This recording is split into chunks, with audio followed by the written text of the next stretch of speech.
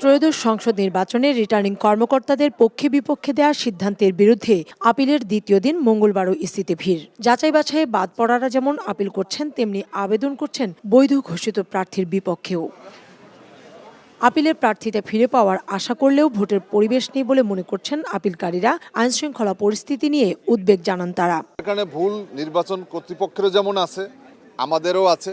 আমরা আশা করি যে ট্রাইব্যুনালের কাছে আমরা আমাদের বিষয়টি উপস্থাপন করলে তারা মার্জনা হিসাবে গ্রহণ করবেন এবং আমরা আমাদের মনোনয়ন ফিরে পাব।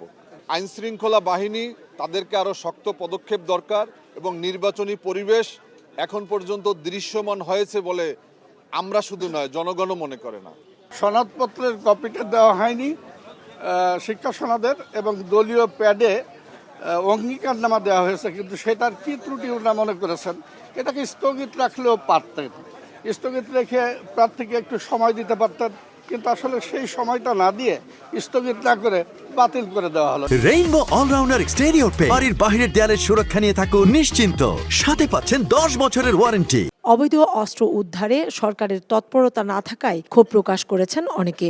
মাঠে নামলে আমাদের হয়তো কোনো ক্ষয়ক্ষতি হতে পারে, এই ধরনের জনগণ বাধা দিচ্ছে। আমরা আবেদন করব যেন সুষ্ঠু পরিবেশ হয়, মানুষ যেন মানুষের অধিকারটা প্রয়োগ করতে পারে। চট্টগ্রাম সার্কিট হাউজে আইনশৃঙ্খলা বাহিনী সেলের সঙ্গে মত বিনিময় করেন নির্বাচন কমিশনার আবুল ফজল মোহাম্মদ সানাউল্লাহ। জুলাই অভ্যুত্থানে থানা থেকে লুট হওয়া 15% অস্ত্র ও 30% গুলি এখনো উদ্ধার হয়নি স্বীকার করে নির্বাচনের আগেই উদ্ধারের নির্দেশ দেন তিনি।